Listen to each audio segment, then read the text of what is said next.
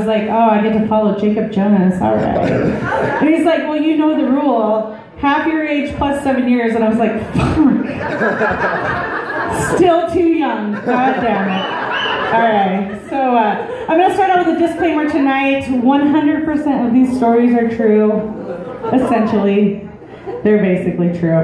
But, I mean, as you can tell, God blessed me, so he had to give me a couple of flaws. And so those flaws are that I am, like, 100% socially inept, and I'm terrible in relationships. Alright. So, without further ado, I gotta actually put this microphone in here, because I'm gonna give you guys a little bit of physical comedy here for a second. Because I like to do things physically. Alright, so I don't know if you guys noticed, but there's a certain part of my anatomy that people always notice. Anyone? Your boobs! No, you're wrong. It's my ears. No, just kidding, of course, it's my boobies. So these devil puppies showed up when I was in 7th grade. And so it's been an interesting ride. And I lost 70 pounds, thank you. I thought they would go down. They didn't, thank God, because my bras are like $60 a piece. So I was actually really happy that they didn't. But I decided I need to start working out. So I was trying to find something that I can do because running, no, it's not going to happen. So I've been working on different types of athletic activities. So I found a couple that work, like archery, real good. Archery is a real good one. Kite flying, it works. Golf. Not so much. Golf is not a good one for me. But I'll tell you what, having big boobs is like literally not all it's cracked to be. I have been molested in this bathroom here no less than 4 times because women are 10 times worse than men. I'm not joking. Ladies, you know what I'm talking about. Because here's the thing, guys might give you a look and they might like make a rude comment, but ladies, I swear to God, it's like a hand on a pregnant lady's belly. They're just like, oh my God, they're so big. And I'm like, wait, what? I'm washing my hands. Like, what the fuck are you doing? Get off of me. So, you know, I've actually learned something is that my posture is really terrible. My chiropractor's like, yeah, you're fucked. Sorry. Like, it's going to be like the Hunchback of Cortez. Like, it's happening. Sorry. But, so, I had this gentleman who was one of my little paramours, and he said to me, you know what, you're really pretty. And I was like, oh, thank you so much. And he's like, but, there's just one thing. And I'm like, okay. Because, you know, we're all insecure anyway. So I'm like, well, what is it? He's like, you kind of look like the Penguin. And I was like, are you talking about fucking Danny DeVito? And he was like, yeah, like your nose is a little long, you have the hump on your back. And I was like, well, you know what? I did not hear you fucking complaining when you tied down my arms. And I was like, Right?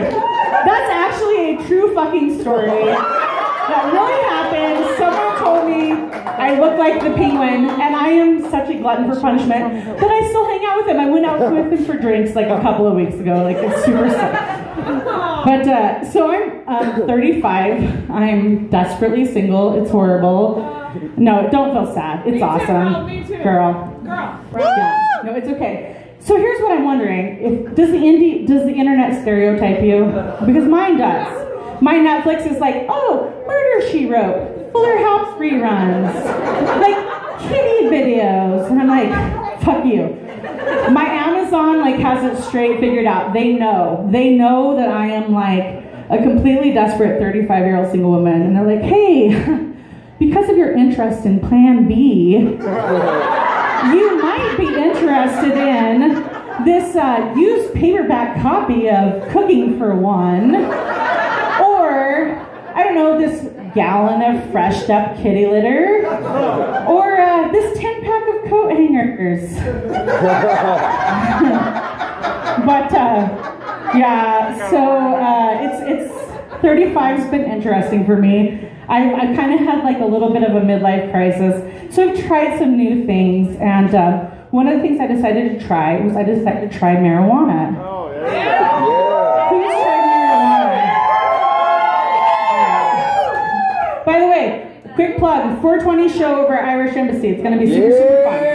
But, I went to a friend's house. I hadn't smoked weed since like 1999. And I'm like, okay, well, we'll see what happens. Because it like still felt illegal. It didn't feel illegal for anybody else. Like when they first legalized it, I was like, But somebody gave me an edible.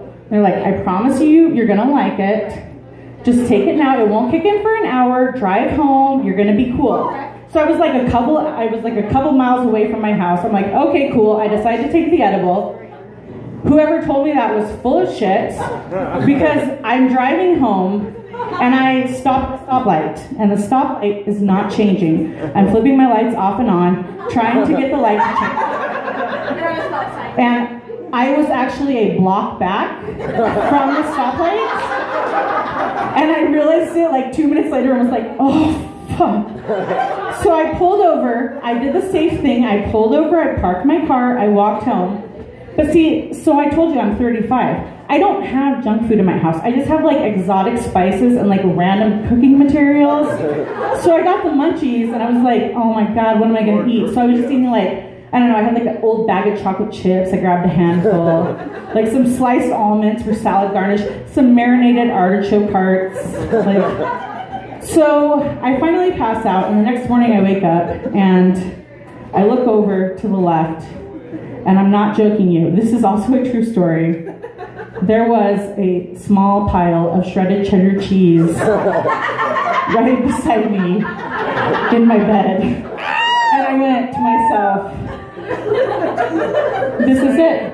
Rock bottom, you hit it. Right here, 35. But it was aged, so I ate it. Like, I figured it would be good. It still tasted good. It was only on the fridge for a couple of hours. But, at the age of 35, being single, of course we still have needs, right? We still have needs. Yeah. I am in probably the world's most like fucked up codependent friends with benefits relationship of all time. You too, buddy? You know about it. It's horrible. So I actually ran, by the way, just to be clear, that's my friend James, but he is not my FWB. But what's up, James? Thanks for coming, buddy. All right.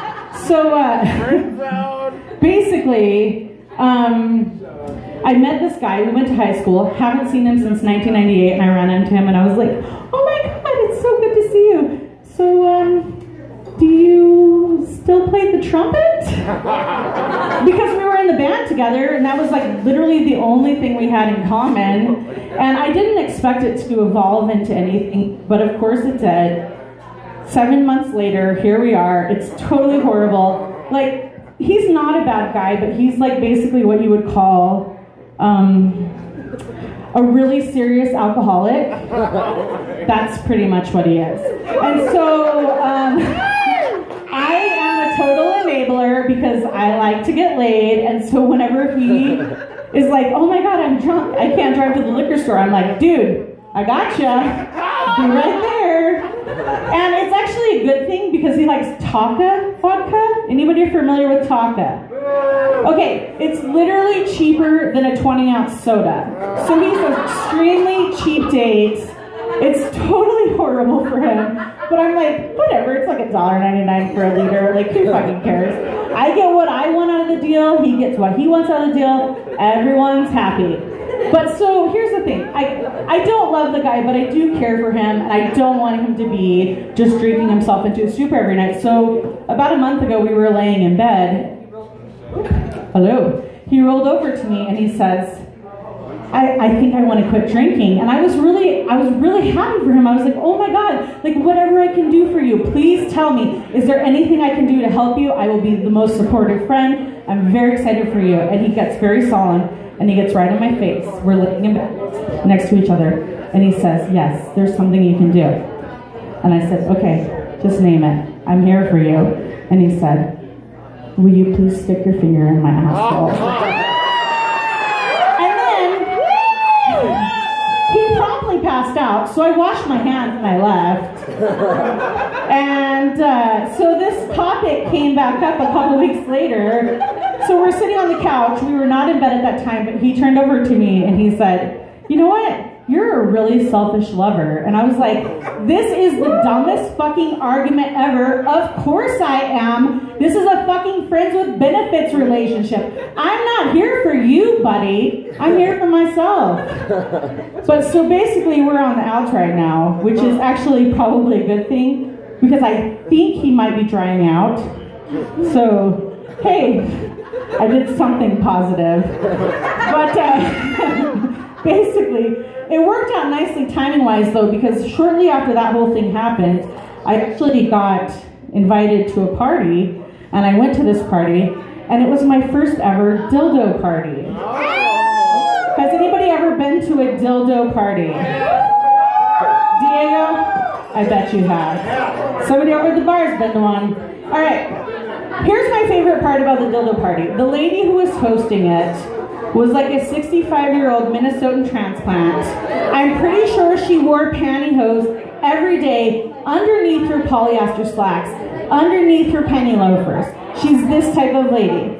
So she's sitting there trying to talk to us with eloquence about jamming things up our vaginas.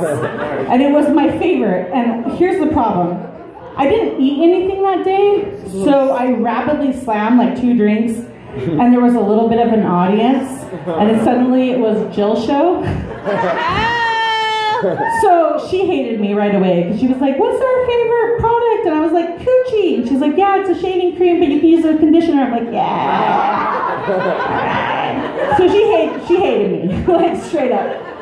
So she's in the middle of telling us about all of these different sex toys and the benefits. First of all, these things are fucking expensive. If I'm gonna jam them up there, I'm like, ladies, $19.99 Amazon.com, Tracy's dog.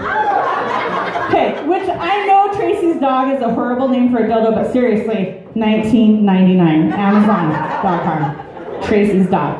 It's where it's at. Some of them were like $250. So I kind of said, like, these are really expensive. She said, oh, I know, but you know this one right here, I'm gonna pass it around. So she starts passing around this thing that I'm not joking, looks like a fucking brontosaurus rib. It's curved, it has a giant bulb on the end, white in the middle, like bone colored. It was bone colored with gold tips. So she hands it around. I'm not joking, guys. This thing weighed 10 pounds. It was super heavy. And I said, how do you turn it on? Where's the batteries? And she said, this was not battery operated. You just do it yourself. And I was like, I'm not looking for upper body workout here, chickie. It ain't happening. That's not where I'm going with this.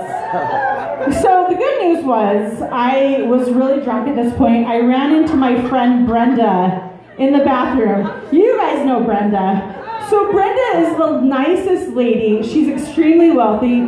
She's extremely generous. I did not invite her because of her wealth or generosity, but I was like, fucking Brenda, let's go to the sex toy party.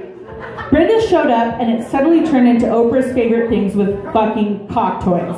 She's like, you get a dildo! You get a dildo! You get a dildo! Everyone's getting dildos! So, she was actually asking me, she's like showing me the magazine, like, hey, do you think Chelsea would like this one? I'm like, I guess so. I don't know. But so the lady who was hosting the party, she really did hate my guts. But I feel like she kind of owes me, because if I hadn't invited Brenda to the party, she wouldn't have made as much money. So I feel like it's all good. Speaking of dildos, to come back full circle, Derek, let's talk about Pornhub. Alright, so here's the thing about Pornhub. I don't know if you guys know this. They're an extremely eco-sensitive company, and they're also philanthropic. Did you know that? This guy knows. I can tell. So here's the thing. Pornhub was doing this promotion where they would plant a tree for every video that was watched. That's a great promotion, right? No, they were gonna plant a tree for every video that was watched, and so I was like, that is freaking cool. But then I started thinking more about it. I'm like, okay, number one, Pornhub's videos are fucking long as shit. They're like 55 minutes, and 45 minutes of it is dick sucking, and the other 10 minutes is the actual action. You have to like fast forward to like figure out where the action happens, number one. And number two, the next question is, do you have to watch the video to completion? Because you all know, every single one of you, when you're done, you lock your phone and you toss that shit to the side. So I'm gonna wager a guess that Pornhub planted exactly 0 trees. None.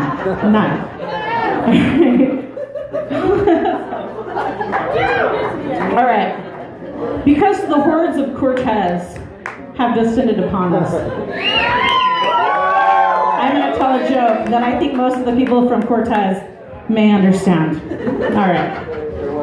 All right. So, how many of you guys went to elementary school in the late 80s, early 90s?